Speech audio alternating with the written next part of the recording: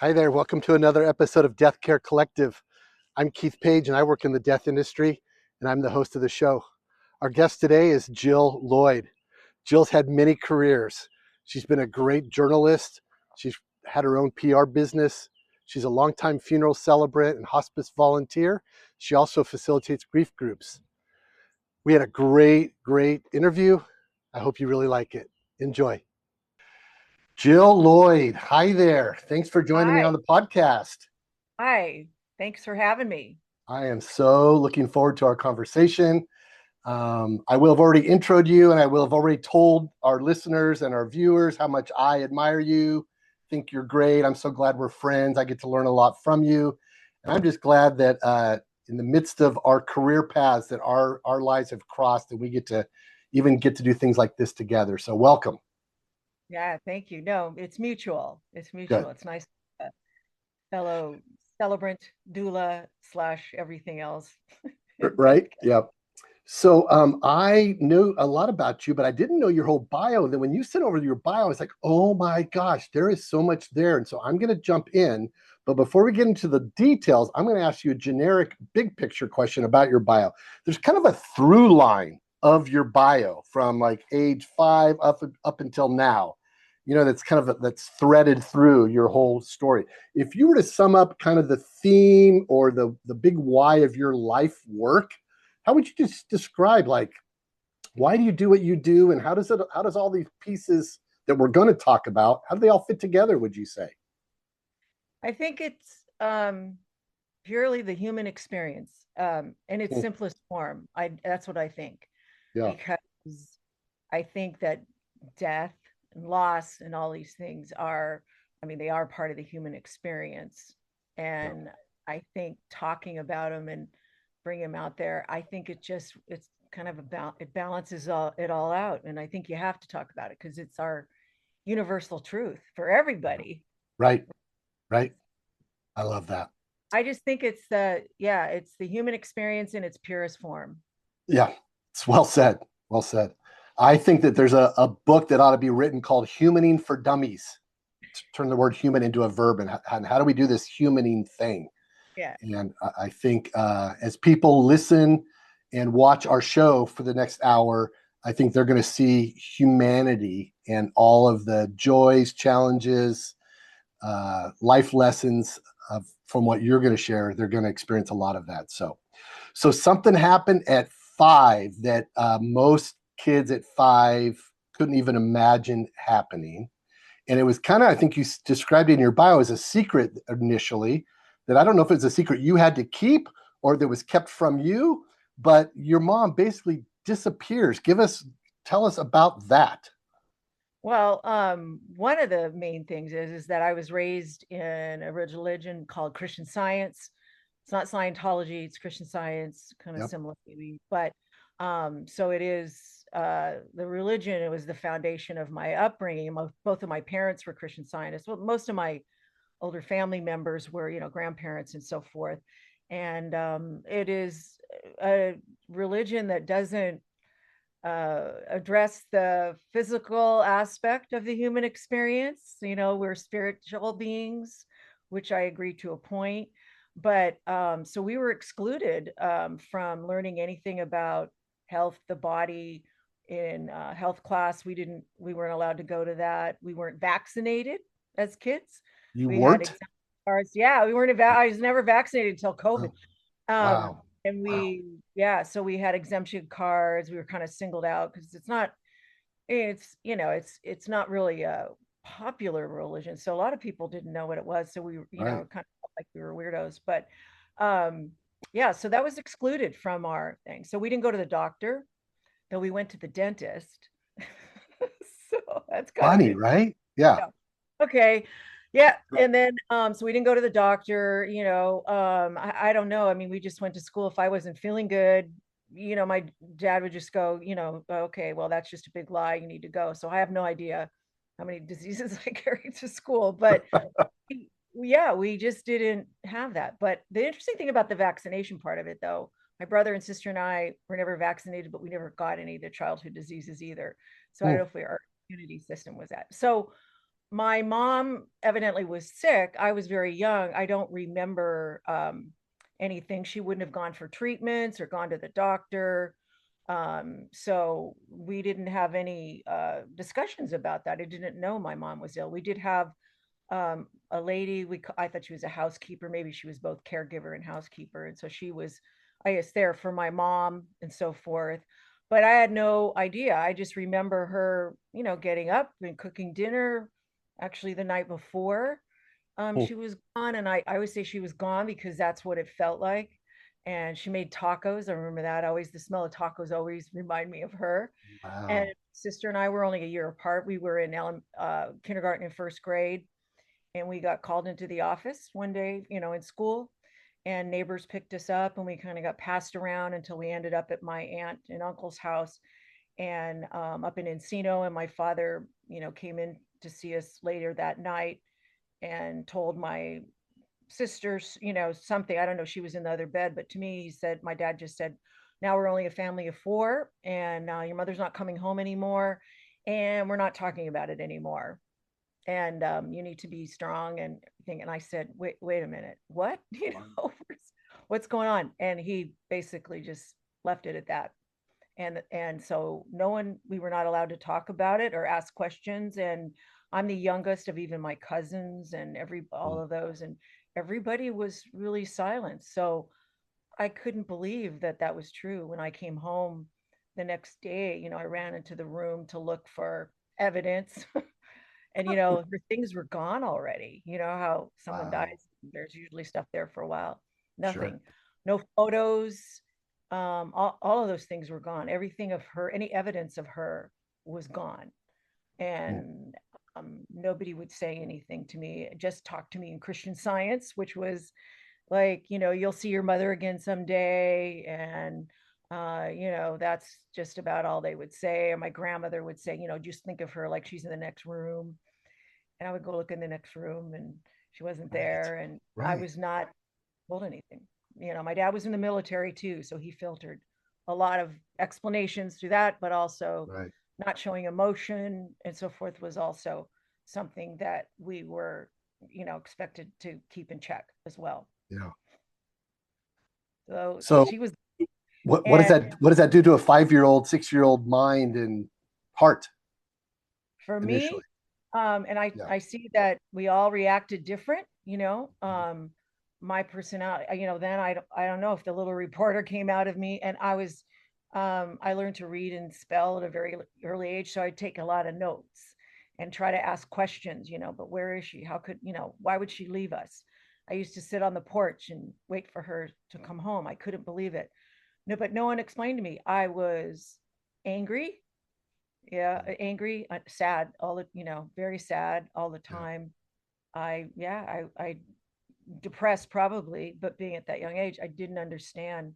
Right. And I was really, yeah, I was not a happy child at all. Yeah. Well, gosh, that's yeah. I Yeah. mean, the death is difficult enough, but it not even be called a death, just gone and not and then we're not and then suppressed completely. I mean, that's just yeah. Yeah, and we would still go to Sunday school, Christian Science Sunday school, and but I was very rebellious, and I always asked a lot of questions, and then was always criticized for that, and so I'd get in trouble and so forth for questioning things. But yeah, it still amazes me. But I used to wait for her to come home. I'd sit on the porch, and then my dad and my brother and sister and I, we moved to my grandmother's for a while, for a couple of years.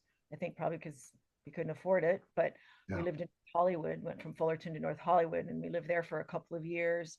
Mm. And my grandmother was a Christian scientist too. My grandfather was already gone, and so it was just like everybody was in on it. Like nobody talked about her. It was like she didn't even exist. We didn't even mention her name, and I just very confused. And then my dad announced he was getting married again. Wow.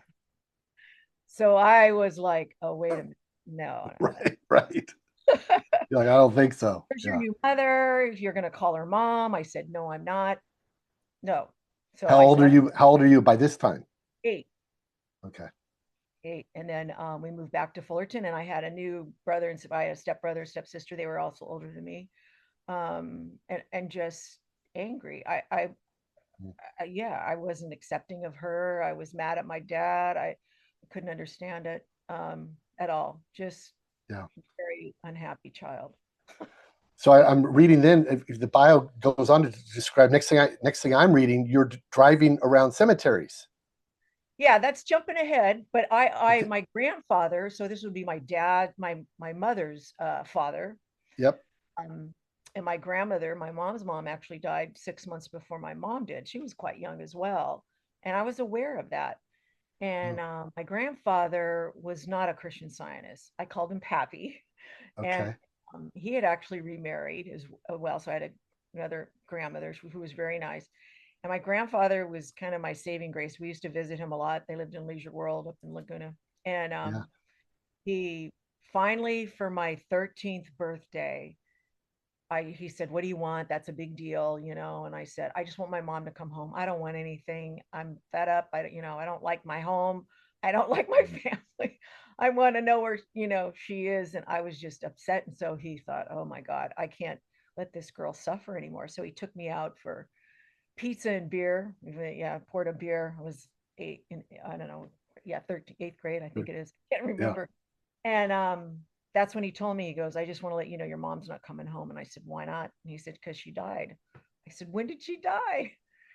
He said, "Yeah, when you were 5." And I was Wow. like, kidding me. So I was already angry. And I'm like, but Yeah. wouldn't my father tell me that? Right. So he said, "If you tell your father I told you, he's probably going to say I can't see you." And I go, "Yeah, I don't talk to my dad much anyway." Had a kind of a combative relationship with him. Well, everyone actually, because my older siblings were not forthcoming either. And my stepmother was, not very kind about it. So I was kind of on my own. Mm. And so I remember telling my best friend Gail, so she's the one that went to cemeteries. I remember telling her, "Hey, guess what? My mom's really dead." And she's like, "Are you kidding me?" And I said, "No." And my grandfather, she's buried You're somewhere. like mystery solved, sort of. "Oh," she's like, "When did she die?" I said, Right. "At 62." She's like, I said, "I am so angry at my dad." I said, I really, I want to choke him." She goes, "Don't do that. Look it, we'll find your mother." I go, "How are we going to?" She goes, my grandfather doesn't even know where she's buried." She goes, "When I get my driver's license, we're going to go to every cemetery in LA and Orange County, and we're going to find her." I said, "Okay, deal." And that's how that started. So she was older than me. Gail's a year older than me, but she got her driver's license, before me. And that's what I did all through high school. We ditch school, go up, go anywhere. I know a lot of forest lawns I remember. And it's Wow. funny, I still can remember. Someone goes, "Oh, there's a cemetery. Oh, it's like in Tor." I go, "Oh yeah, that's Green Hill." I mean, I know all these Wow. cemeteries. So we would just go in and ask, "Is Gloria Lloyd here?" We're looking for that. And then, usually no. And then, we just walk around and read tombstones, and then, go out and eat So junk food. wild. I mean, to know what you do now, but that you were doing this, reading tombstones, literally Yeah. looking for your mom. Yeah. Yeah. It was in 19, you want me to tell you the Mama Cass story? Please. That was my next. Yeah. This is unbelievable. So then Gail, she graduated, went off to from high school, went off to college. And then I was still in high school, but then I graduated, and my dad and the stepmother moved up to Northern California. So that summer, actually, I lived with Gail. She came back from college, and we still lived Mm. in, she lived in the same neighborhood. And so I was going to go to Cal Poly. So I just stayed in Orange County. I didn't want to go up with them anyway, and got a job. But then I lived with her. And so it was August of 1974. Okay. We are kind of, it's kind of the hippies and stuff. So she said, "Do you want to go looking?" And I said, "Yeah, let's go up to Hollywood. You know, we can go there. Just go up." And then it was called West Hollywood Cemetery. It's now Hollywood Forever, Okay. but Yeah. it was just West Hollywood. So we went up there, just long straight hair, t-shirts, jeans, whatever. We were both in 4-8. I think we had like farmer t-shirts on or something. I have no idea. And it's tradition, I just walked into the office and just said, "Hi, my name's Lloyd. I'm looking for, my mom, see if she's buried here." And I walked in, I just introduced myself. Hi, my name is Jill. And I didn't get the rest of my name out. And the guy said, oh, we've been waiting for you. And I'm like, oh, okay. And my friend Gail's like, oh, come on, let's, don't. I go, no, let's see what's going on. That's me. Right. So he goes, come on, come with me. She's like, why was he waiting for us? Yeah. I go, I don't know. Walk in and there's this church packed with people. I'd never been into a funeral. I'd never been to a funeral before. It was obviously a funeral. And Right. he walks us, the A seats or whatever you call it, the family seats, right? And I'm just like, Front row. what's going on? I look around. She's laughing. I go, just look down. They'll think you're crying.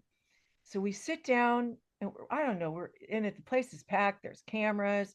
And I'm looking around. I go, oh my God, there's Carol Burnett, Charlton Heston, Sonny Bono. I go, maybe we're extras. She goes, but why did he know your name? I go, I don't know, but let's stay, let's see what it is. And I had no idea. And then as it started, then we found out this was Mama Cass's funeral. And For I was people who like, maybe don't know who Mama Cass is, tell people who Mama Cass is. okay, so that she was part of, it was Cass Elliot, and she was part of the folk group Mamas and the Papas Yep. back then. Yep. As I said, a lot of California Dreamin' was her song, a lot of things like Right. that. She'd break off from them and go off on her own. And she happened to be in London. That's where she died. Mm, Um, Died there. But she was performing by herself. She went off on her own. okay. But the other mama and papas were there at the service.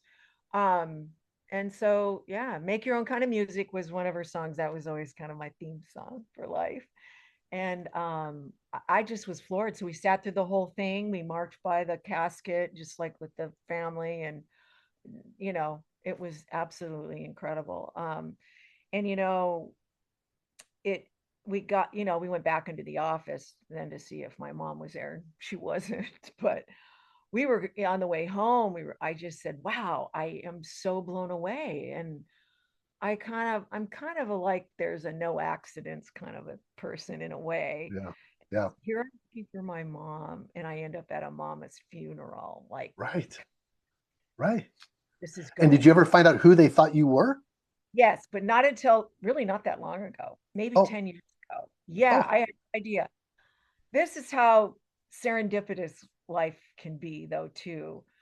When I was working at the with Orange County Marketplace, I was doing events at the fairgrounds for the Orange County Swap Meet, and one of the events I did was a Halloween event, Halloween in her show, and I had Dr. Demento. Do you remember him from for radio? sure. Yep. And he was our grand marshal for our Halloween.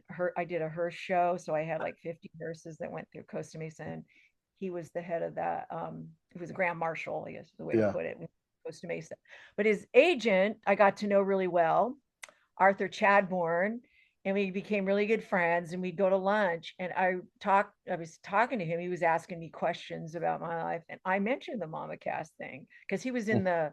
he was telling me that he dated Michelle Phillips, Oh, the yeah. the other mama. I go, Right. you're kidding. I go, by the way, I went to Mama Cass's funeral by mistake. And he goes, you were there too? I He was said, there. oh my God, you were there? He said, yes. I mean, this is like, what is it, Wow. 30 years later? I said, Arthur, I got to ask you something. Maybe you know. When I said my name was Jill before I even got anything else out, he just said, oh, he'd been waiting for you. And he said, one of the papas, and I don't remember which one, was dating a Jill. And that's who it was. And I'm like, I don't remember her last name now, but I Right. that or whatever. And, I thought Yeah. it could be, she was blonde and, whatever. Right. But that's who he thought I was. Unbelievable. That was like, isn't that weird how life goes? Yes. And So weird. now I know why. Right. Wow. Wow. Yeah. So, do you want to tell people where you finally found your, I forget when in the story you find out where your mom was. So the next week, after the Mama Cass thing, um, I said, let's look through the yellow pages. People that don't know what that is. We used to have phone books, right? We And did. so we would usually go through the yellow pages, but I say there are so many forest lawns back there. That's kind of what we would go to, cemeteries and stuff. But so we just looked in the phone book and I said, why haven't we been to Fairhaven? Like we were both 4-H girls and we showed at the county fair. How come we didn't go to Fairhaven? That's right in our neighborhood. I just thought that was too obvious. Yeah. So it was the following week after Mama Cass. So we Mm. went into the office there and, went through the usual drill. My name's Jill. I'm looking at Gloria Lloyd, and they go to the card file, there's nothing was online or anything like that. Right. And they came back and go, yeah, she's in the mausoleum. I'm like, I jumped up and down. I was like, oh my God. I Wow. was so excited I couldn't even stand it. And so whoever was there took us over in a cart or some kind of way. And he goes, let me take you there. I go, you have no idea.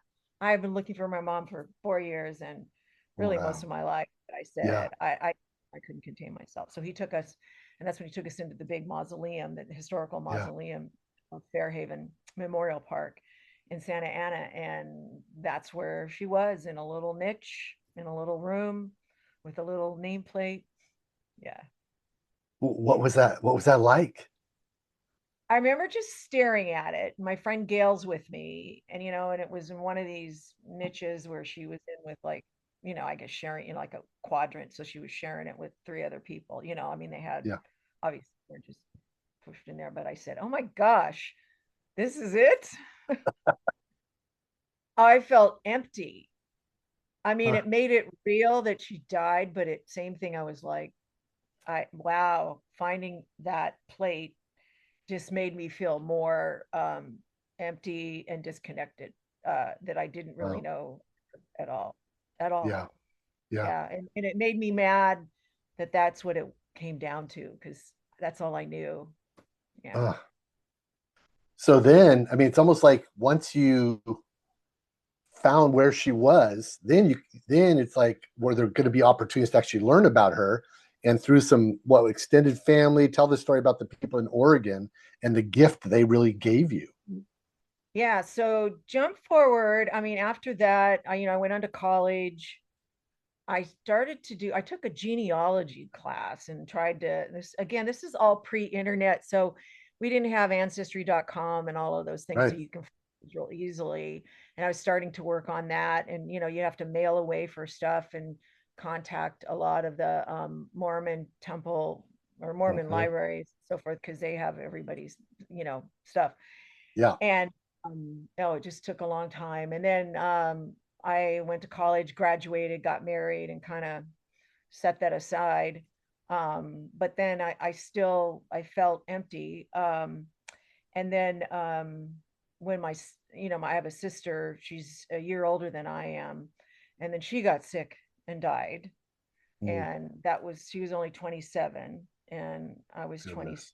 And it kind of fueled me even more to want to know more. I just had this burning desire. And also because our family, even though my sister went the medical route, she wasn't a Christian Scientist and she still Yeah. died. My family, and particularly my dad, but really all of them, we didn't talk about her either after she died. It was like we didn't talk about her. And it just, like the first Mm, Christmas without her, I was right. like, let's tell a Ginny story. My sister was a character and funny.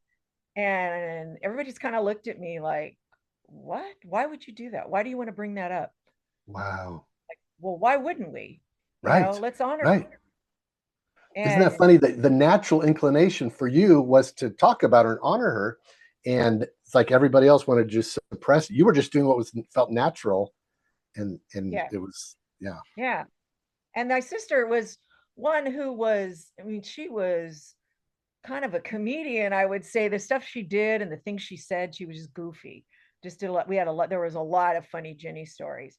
But anyway, it was really upsetting for me, and everybody looked at me like something was wrong with me. My dad was always like, "Why do you always want to bring up the past?" I said, "It's not the past. She's the present. She's still part of our lives. Why Yeah. wouldn't we want to talk about her?" And so I actually got angry and got up and left and said, Merry Christmas. I'm not Right. doing this. Yeah. And Right. I could Wow. not in the rebel, and probably considered the black sheep of the family because I speak Yeah. up. Everybody Right. else looks at me as, outspoken and probably rude. But I just couldn't deal with that. And so that was a result of that. I became more fueled to stay Mhm. on it, to find out about my mom. I got involved, with hospice too, but then I kind of got tired of having to just send all these letters. I wasn't getting anywhere. And here another serendipitous thing. I was working at the fair then, and there was an event that we did throughout when the fair wasn't on. There was an event called Business Expo, Mm. and I ran into this guy who did family trees, family heritage, and his name was Lowell Rex. I don't know where he is these days. I need to look him up. But anyway, I was so fascinated with him, and he's from the Mormon temple, Latter Day Saints. Yep. And I said, I need to talk to you. And so I did. And I said, I don't have a lot of information. I said, he goes, I just need a couple of things. And he goes, you'll be surprised what I can do. Wow. And then, I write him a check. I go, here's my mom and my grandmother, or my grandmother, I think, is the only child. My grandfather Pappy had since died. I didn't have any information, and nobody would tell me. My dad at the time was still living, but he was not forthcoming at all. Mm. He did a box of photos that he had stashed somewhere. And I looked through them, and there were a lot of old photos, sepia tones and stuff, but he wouldn't. I go, who are these people? Yeah. And he's like, no, yeah, I don't know. I'm like, okay, great. Okay. Thanks for that. So anyway, Lowell, I gave him a little bit of information, and it was probably 6 months later. He called me. It was on Thanksgiving of 1991. And he Mm. said, I got to talk to you. You aren't going to believe what I found. And so I said, yeah, come over. And so he brought me, I mean, notebooks of stuff of my family. It was unbelievable. I have Wow. no idea how they know all that. And he said, your mother, yeah, she was the only child, but your grandmother, her mom, was the oldest of 8 kids. And there's Whoa. 24 years age difference between your grandmother and the baby, your grandmother which would be your great aunt. Right. And chances that these younger ones, because they're close to your mom's age, are still alive. Yeah. And wow, I had no idea. So I see all these names, Grace and Glenda and Norma and Durward and all these are my great aunts and uncles, my mom's family. So he said, chances are you've got a lot of family. I said, okay, get back out there and try to find them. So the Wow. following Easter of 92, he called me and he said, I just spoke to your great aunt Glenda. 3 of your grandmother's sisters are still living. The youngest one is still living, and she's only a couple of years older than your mom. She even lived with your mom. They knew your mom. They've been looking for you for 30 years. Wow. And your aunt Glenda would love to talk to you, and they're all in Oregon. And I'm like, wow, okay. I'd never heard Aunt Glenda before in my life. I didn't even know I had that. So Right. I called her right away, and she knew about my everybody. How's your sister? She didn't know that she had died, and she knew about my Yeah. brother, dad. And by that time, my dad had died. And so I said, how did my dad just like blow you off, or what happened? And she said, we used to try, back then it was hard. We called, and he just basically, yeah, didn't want anything to do with us. Mm. And I'm like, oh my God. She goes, but we tried to find you kids, and it was hard, harder back then. She goes, but I have some things for you. I have a letter that your mom wrote me, but we all knew her. And she goes, we'd love to see you. I said, can I come next weekend? So I took my son, and we flew up, and we're on the plane, and my son goes, how are we going to know? My son was 8. And he goes, how are we going to know who they are? Because Aunt Glenda's going to pick us, or, would be my great Aunt Yeah. Glenda's going to pick. And I said, I don't know. We'll figure that out. As soon as I got off the plane, she was a spitting image of my grandmother. So I walked up, Really. and wow. She looked at me, and she goes, oh my gosh, you're Gloria's daughter. I can tell. I've Wow. never seen you say that. And so we just connected, and I spent a week there. I brought that box of photos that my dad gave me, and Yeah. they knew who everybody was. A lot, my mom was in them, but I had actually forgotten what my mom looked like. I couldn't even Wow. have placed her. And they had story after story. I went to see each of the aunts. There were 3 of them, and their kids who were cousins. They were my mom's cousins, and they knew my mom. And the youngest had lived with them because their parents had died. They were so much older, and the youngest went in and lived with their older sister, my grandmother, the oldest sister. Kind of was Mm. her, you know mother figure. And then Right. so my mom was like a sister to her in a way. Hmm. But it was just one story after another about her, my mom. So yeah, Wow. yeah. So they gave you history. They tied you to a person and a whole legacy of family. They made her real for me. Yeah, they made They her brought her real. back to life. They made her real for me. And Yeah. that was so Mm, powerful. And how I don't think when we talk about grieving, I mean, we're always grieving, but I don't think it really hit me in that I don't know, I didn't know who I was grieving, right? I didn't know her, right. but Right. through them I did. And Mm, just a lot of their, they had recipes and things like that. Your mom gave us this recipe, or she did this and she did that. And, they, when I would talk, I use my hands a lot when I talk, but they were telling me your mom did this thing. You have her smile and you have her laugh and all that. Anyway, it was just so interesting to me and so powerful. It mm, made such a difference in my life. Um, yeah. my dad was gone by then. He knew I was looking and would never say anything to me. I think, Mm, I don't know, kind of weird, yeah. but So, I mean, you have this great career during all this time doing all the PR stuff, and then all of a sudden you total pivot into totally different profession and become at this time, is this when you become a celebrant, or do you do funeral director first? How do those fit together? so I was still working in my event business. And then I'd also, after my sister died, I became a hospice volunteer. That's where I That was started right. getting more into that. And the reason how I got involved with hospice was I was really after my sister died, and I when they talk about cumulative grief, and I was still caring a lot about my mom and all of that. Yeah. I'd had my son, but I was not doing very well, and I got divorced and was really having a rough time in the Mm, relationship with my dad. I mean, even though he was gone, we did make peace before he died, but yeah. still had a lot of anger and stored up stuff. And I felt like I was losing my mind, though. I just did all these stupid Mm, things. mm, And I felt like I was going crazy. And so I remember sitting in the dentist's office. I don't know why this happened. And I saw a brochure on a hospice, and I read it, mm. and I called them, and I said, hey, my person's already died, but can I just get the bereavement part? And I explained to her I lost my sister and my mom, and I think I'm going out of my mind. And the lady said, you know what? One of our volunteers also has recently lost a sister, and I bet Wow. she'd love to talk to you. And Wow. so she came, and for a year, once every other week we got together, and it was the first time I ever talked to anybody about any of the things that I was feeling through life and loss and everything. And she made such a difference in my life. Her name was Goodness. Barbara. And Wow. as a result of that, I thought I'm going to become a hospice volunteer too. And that's Wow. what I did. And when I got involved, that was at the height of the AIDS epidemic. So Oh yeah. that was an interesting time. And so those were my first patients were AIDS patients, Yeah. and they were done quickly. So that and still working in journalism, working for the Orange County Fair, promote and all kinds of fairs. I didn't just work for them, but Right. always doing the story, pitching stories to media, looking for the story. Right, that was always me, curious about Yeah. people. Fairs are just filled with feature stories. They are. And but then when I would spend time with my patients, and actually back in the day, people seemed to get on hospice a lot earlier.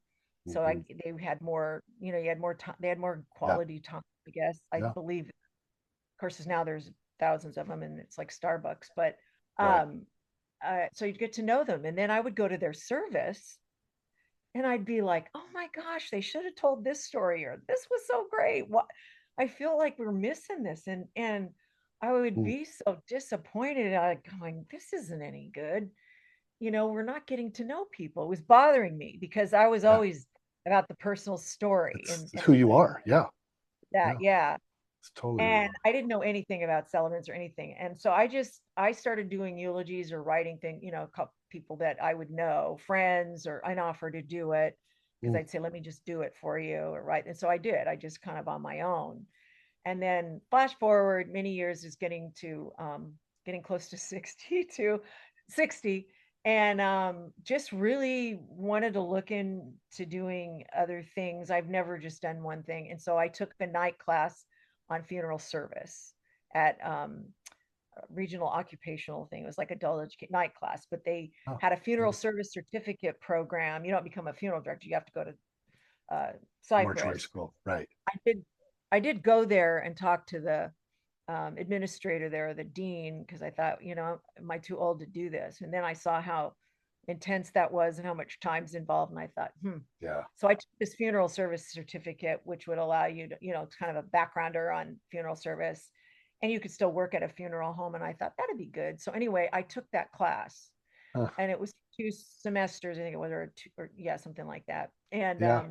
it was so interesting because they brought in all different types of speakers, and some from the coroner's office and mortuaries. And there was So one guy, interesting. Yes.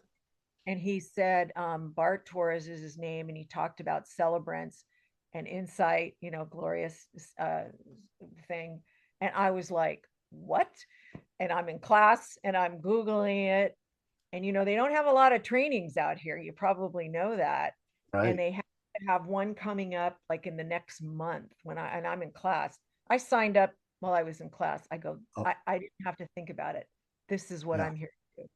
And so I took the training. That's how I found out that way. And when I took the Yeah. training, I just knew. You know, it just all fell Yeah. into place. Wow.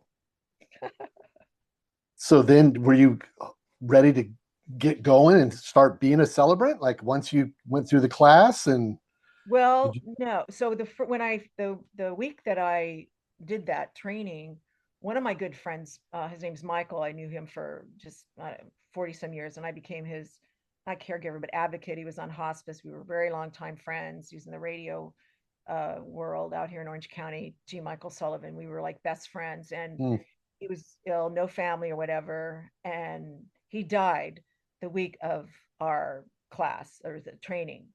And then if you probably remember, you have to do a mock thing, and they give you yeah. a scenario of who you're supposed to create a thing. Well, Right. what they gave me fit him. Oh my Lord. I knew him. I Yeah. did his story. And so um since I knew him too, and it was really cathartic for me. So it was powerful in many ways. And I Yeah. remember just saying, how, like, wait a minute. Where did you come up with this? And I go, it's actually a friend of mine. And so she said, you got to do that service. I ended up doing it for him, but Did you? Yeah. it was then I really knew. And then the tough part though was very shortly after I went through the training, my friend Gail, my cemetery friend, best Okay. friends in fifth grade, was diagnosed with pancreatic cancer the same week medical aid in dying became law in California. Mm, And I was devastated. And she said to me, I want you to walk this with me. She lived in San Diego, and she was with mm. Kaiser, they already had a plan, I think end of life coordinator. They had something like that. They had somebody Wow. there. That was weird. So she said, Jill, this is what I want to do. I'm going to look into it. There's no cure, of course. Treatment is just going to prolong my life in a really, bad way. And I don't want to Yeah. be, bedridden. I don't want to be on hospice. I want to be whole until I'm not whole anymore. And then I want to go. And I was like devastated because she was always the healthier one. I Wow. supposedly. And she was the one that just has been with me like the friend, like a kindred Mm, spirit through all of my ups and downs. And we went through boyfriends and all these kinds of things. She was the one I could call in the middle of the night and go, you won't believe what just happened to me. She was right. always bailing me out. So I did. And that's where I learned. I went to the meetings with her, meeting with the pharmacist, and that's when I learned about it. And then I called Compassion and Choices, which was the organization then that, well, they're still in existence, that helped advocate for the law. They are very instrumental in getting the law passed, not just in California, but well, in all the states. Now there's 12, but they are very much Yeah. involved with that. And so they gave me a lot of information and helped me with that beforehand. And then Hmm. I was there with her. I was with her the day she did, and She chose the day to die and experienced it with her and another friend Wow. that came there with me. And it was like beautiful and painful and like nothing I'd ever been through before. But I felt just really honored to be in that experience with her, Yeah. uh, and to honor her choice. That's what I think it's about. I can only imagine how supported and loved she must have felt to have someone like you, this friend that, you guys have been through it together, right? This whole journey, and she knew your journey. So who better than someone like you, who she knew was going to bring so much compassion and grace and love and support, and each other's secrets and fun stuff and silly, right, playful stuff, all of that, and to Yeah. be her witness to her passing. Well, I So think she said to me, because she's always believed in me. And then when I became a celebrant, she was like, "Oh my God, this is your thing. Are you kidding me?" And she was such a kind of a cheerleader for me. And she goes, "I want you to continue, you got to continue doing that. And I think you'll be doing something with this. She mm, was one of the first in San Diego to access the law. Kind of wow. went, I learned a lot from her. Yeah. Um, and, and she called all the shots, told me no crying. We're going to, because we were always just kind of crazy together. And she said, "I just want to laugh till the end and, you know, just be Jill. Don't." Yeah. And I go, "You don't have to do this today. We can wait. And but even the day, I mean, we were still cracking jokes and I was trying to hold it together. I'm like, "Do you want to crank call anybody? I mean, you can do anything you want right now." Right, right. Yeah. Yeah. So, yeah. So I'm guessing because a lot of the people that'll be, watching or hearing our podcast are familiar with it, but it's called medical aid in dying. Stands for it's MAID is one of the, and it's Right. California law passed. What is it? About 10 years now that it passed. Yeah. June of 2016. Okay, so we're coming up on 10 years. You said it's legal now in 12 states. What's the controversy? Would you say what do people, what would viewers, who are watching this, what would you want them to know about either the misunderstanding or what's the controversy around it, and why are more states not signing on yet? Well, I think it's kind of just like politics. Every state kind of has its own, Yeah, demographic and, personality and so forth. I think there's a lot of religious views on it that don't agree with it. yeah, So people's view, they will call it assisted suicide, which we don't call it that at all. right, um, if these people had a choice, they would live. They want to live, but they're not yeah, going to. right, And they have a life-ending illness, and it's just one of the ways for them to have control over that, mm, to not have to endure. I mean, some of these horrific, you've been with hospice and so forth, so some of these yeah, diseases, you know symptoms and brutal. side effects of from whatever treatments or they've had, that are just horrendous. They're Yeah, not able to really, help. So even medications can't help them, with the pain sometimes. It's and quality of life, and so sometimes to me it's just the one thing they do have control over, mm, and they're not suffering. And I think though, the thing I think we have a hard time in society anyway in general is honoring people's choices. Like, yeah, we're not all here to have the same experience in life, right? We're not all right, here to do the same thing, have the same right, career and so forth. And people have a hard time with that, and yeah, making choices, because we might not understand them. But why can't we allow them to have their choices, whoever yeah, that is? right, Relationships, and that goes pretty big. So it yeah, kind of fits into that. And I've yeah, so I think that's the thing, is like, some people in the religious, and you gotta allow that. Only God hmm, can tell you when it's time to go, things right, like that. You hear a lot of that. So I think that's the biggest thing. The thing yeah. that's interesting too, when Governor Brown signed it into law, and he's a Catholic, which I think is an interesting point. Oh, that is, yeah, Catholics don't, they generally don't go along with this. They don't approve of right, it.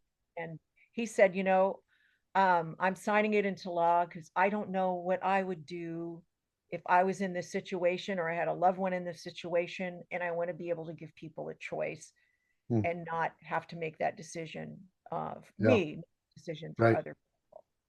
I like And that.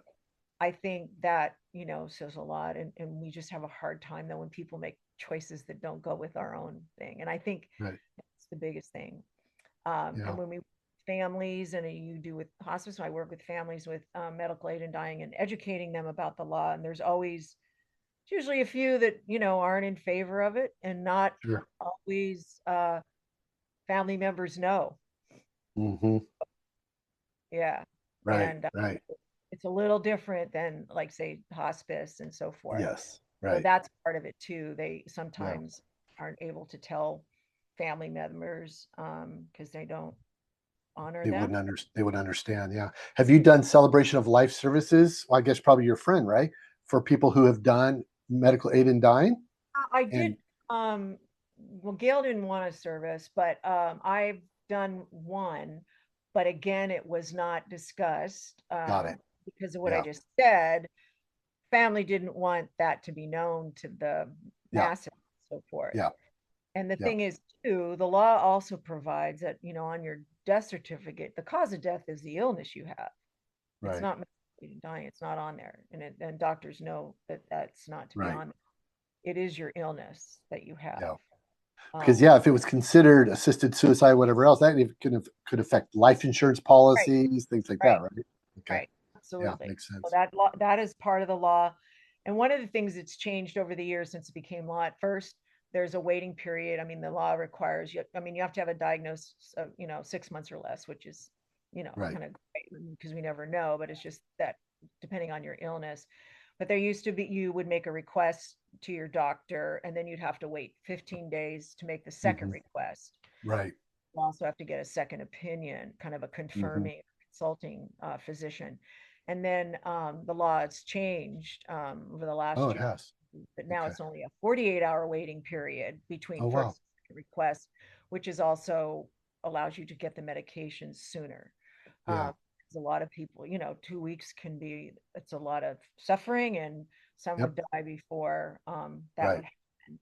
And then also, most recently, um, the law has changed where there's no sunset law. So now it is permanent. We don't have to worry about it will always be in place. So there's no sunset law Oh, either. wow. Yeah, Got it. it's Okay. also new too. And some people, are interested in it, the context, but they don't use it. There's a comfort in knowing that they can too. Yes. So Right. not everybody Even goes through. that, like you said, it gives them knowing that they have a choice, even if they choose not to take that choice, Right, knowing they have it. Yeah. right, right. It's a Yeah. comfort Right. to them. Yeah. So Huh. yeah. So I want to ask about the fact that you were and maybe still are considered a journalist, writer, PR, all those things, right? How do you think that having that background might you approach a celebration of life differently than maybe your typical either clergy person or just your typical celebrant who doesn't have that same kind of background that you have for love for the story? I think there's a couple differences. So, like when I did, as a journalist, and I still sometimes, because I still do events sometime and do the story, or, pitch stories and things like that. Um, but the difference is too, when I, as a journalist in the events that I'm working, I got to find something that I know is going to be newsworthy, and that the reporter or editor is going to be interested in this story. So it has to have a Right. side to it, right? Yes. Yeah. So not everybody's story is that, right? When you Right. when you as a celebrant, they're all different, right? Yeah. Right. But I think at the same time, for me, what's really helped as a writer, because when I pitch stories or if I'm writing them, you have to really edit, right? You got to really hone in on You do. what's really important, right? And Yeah. so that carries into being a celebrant, Mm. and digging into the side of stuff. I think that it's not just about writing an obituary, right? Right. Right. Or I want to talk to the, maybe, well, where do you go? Somebody they went to high school with, or the old boyfriend, or the ex-spouse, or get kind of a real cross section, coworkers, or Yes. depending, you know, caregivers, whoever was, in their life that might have a perspective or a story, that an angle that you don't necessarily think of, and really Yeah. try to create a comprehensive picture of someone, not just like reading an obituary.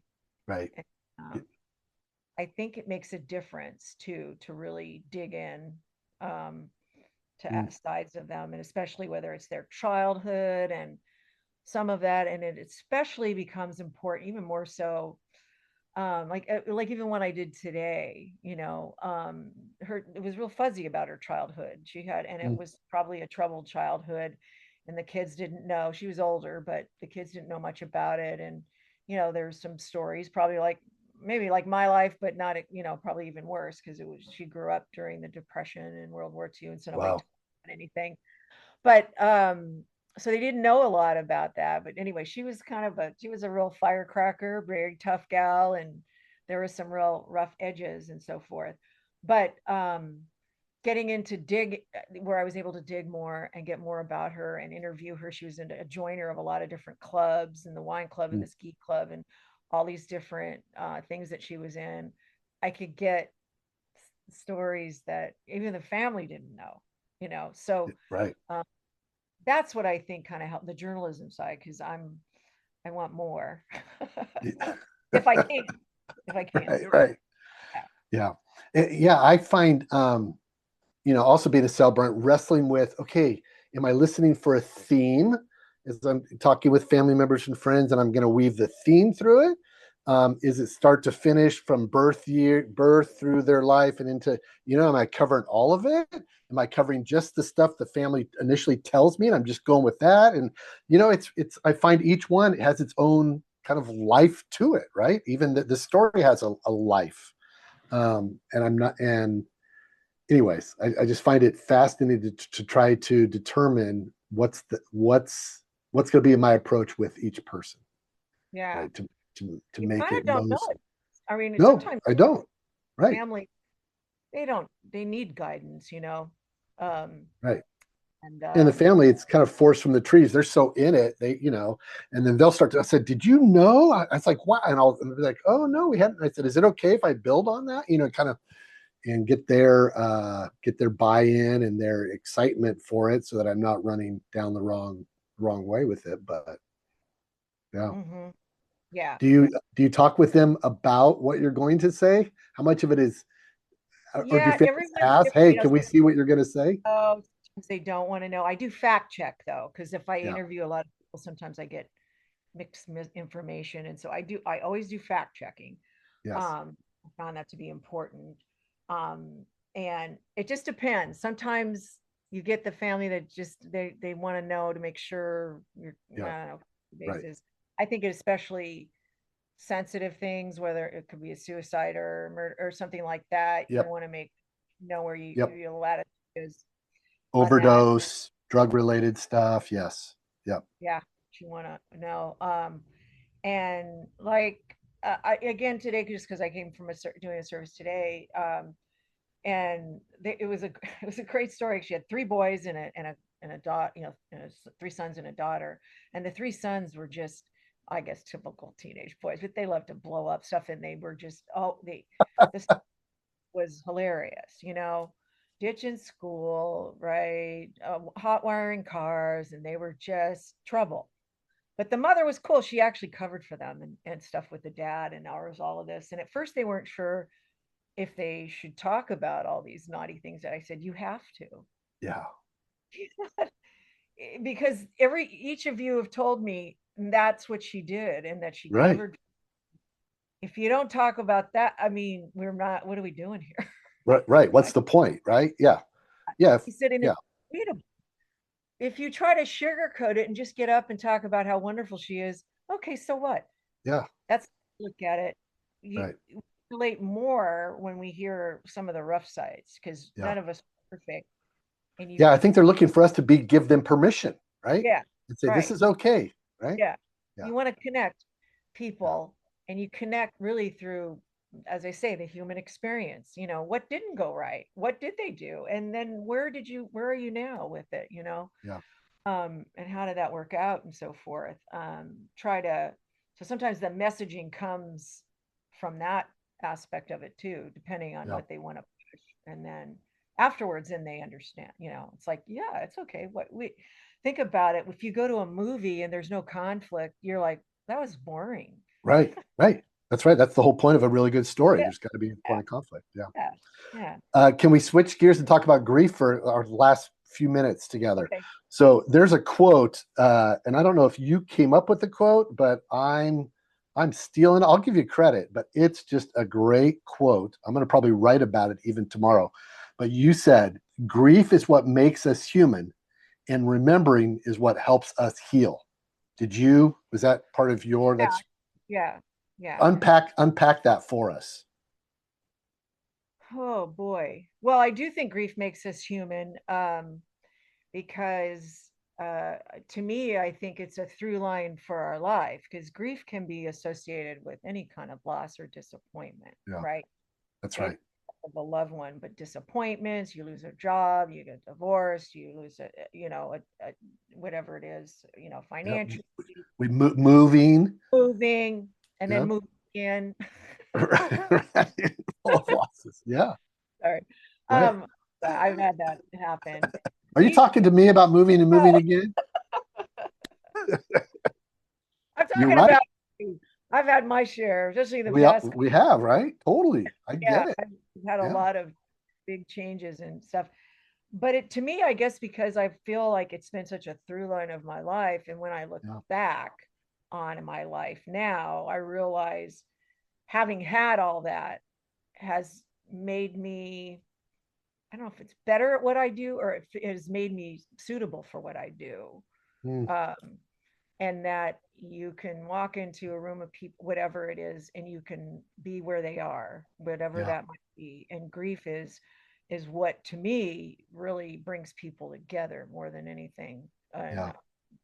I do It's think it's huge. part of the human experience, as I just said, Yeah. where you don't learn from zippity doodah Right. Right. waves, whatever.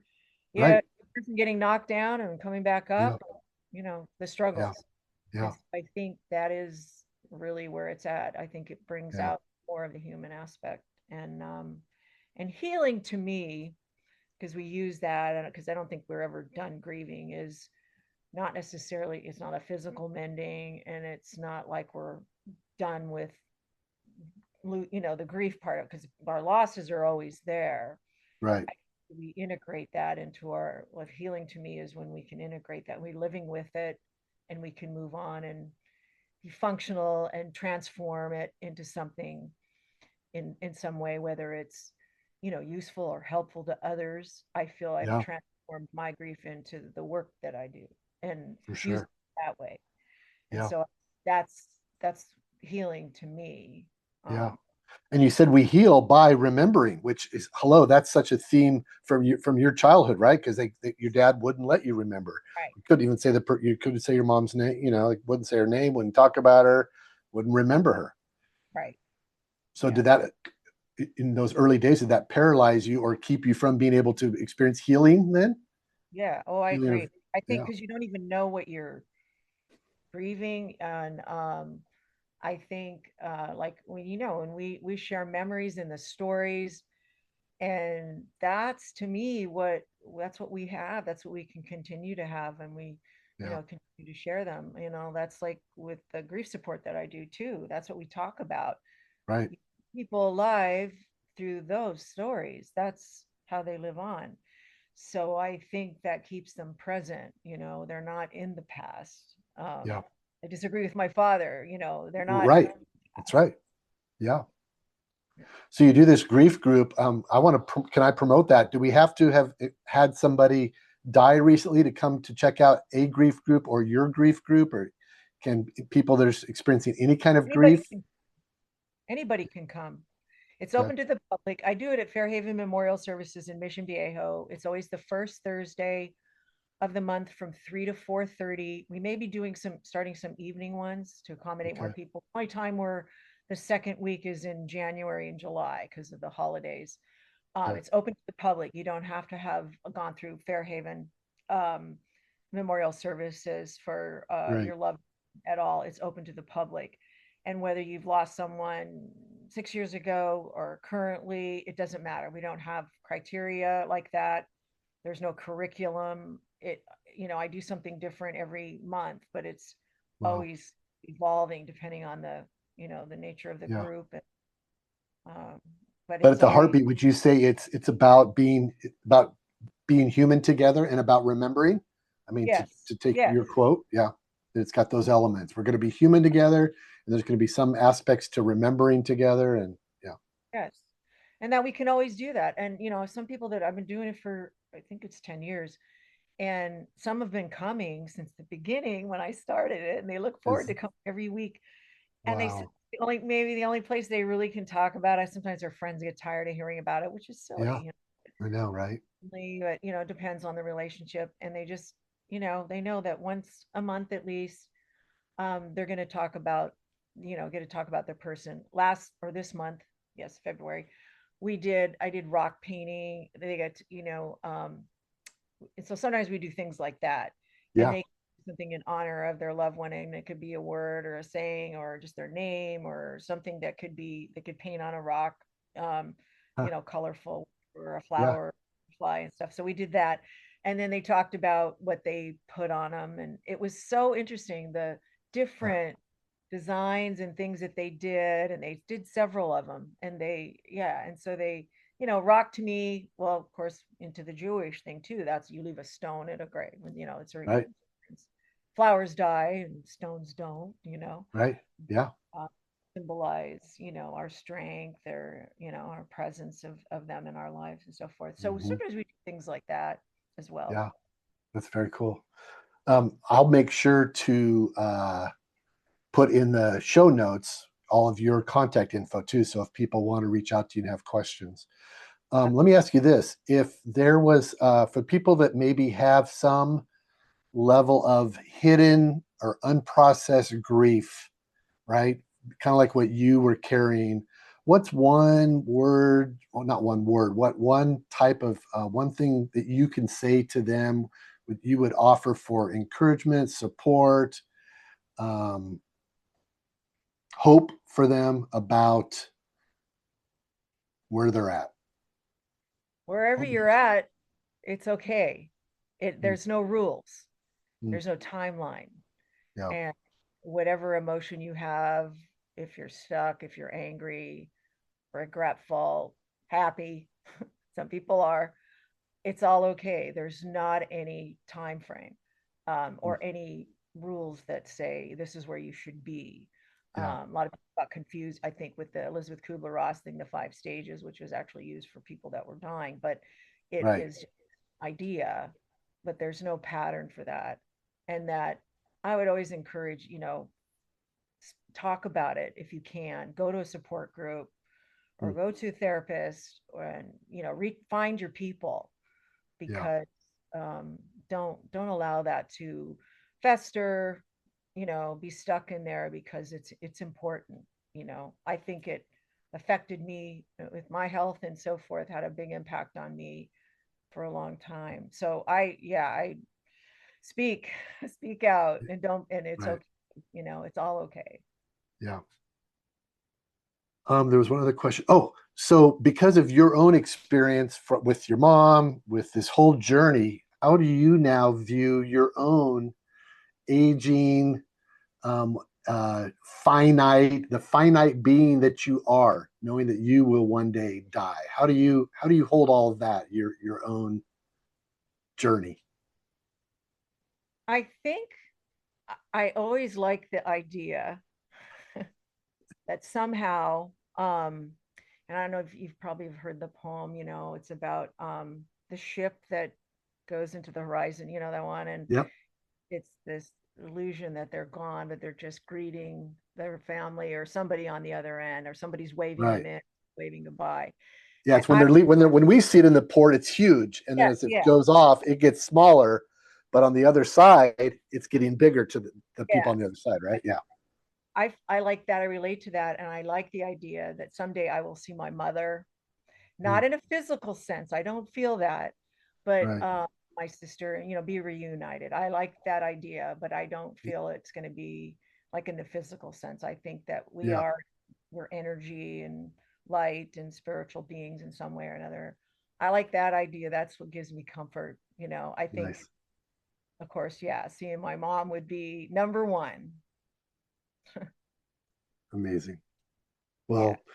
Well, you brought a lot of really, what would I say, joy and laughter and fun for me to be able to have this conversation with you. I knew it was going to be great because every time we get together, but to have it in a podcast setting, a show setting was different, but really, really fun. I think that people who get a chance to check this out are going to find you fascinating, interesting. Other than me putting in your contact info, is there anything are there any handles of on Facebook or Instagram or a website, anything that you have if people want to find you? Or if I just put it in the show notes, is that okay for Yeah, people to? you can. I think, if you wanted also the end of life choices of California information, I think I gave you that. I Yep. do have a Facebook page for celebrate, Jill Lloyd Funeral Celebrant. I have a Facebook page for that. And I, Okay. post some things like that. Okay. Um, and I get people contact me through that about a lot of different things. Okay. Uh, so I'm always open All right. to. Jill, thanks for this time. I appreciate you. And we'll be in touch. Okay, thank you. Thank See you so much. you. Yep. All right. Bye.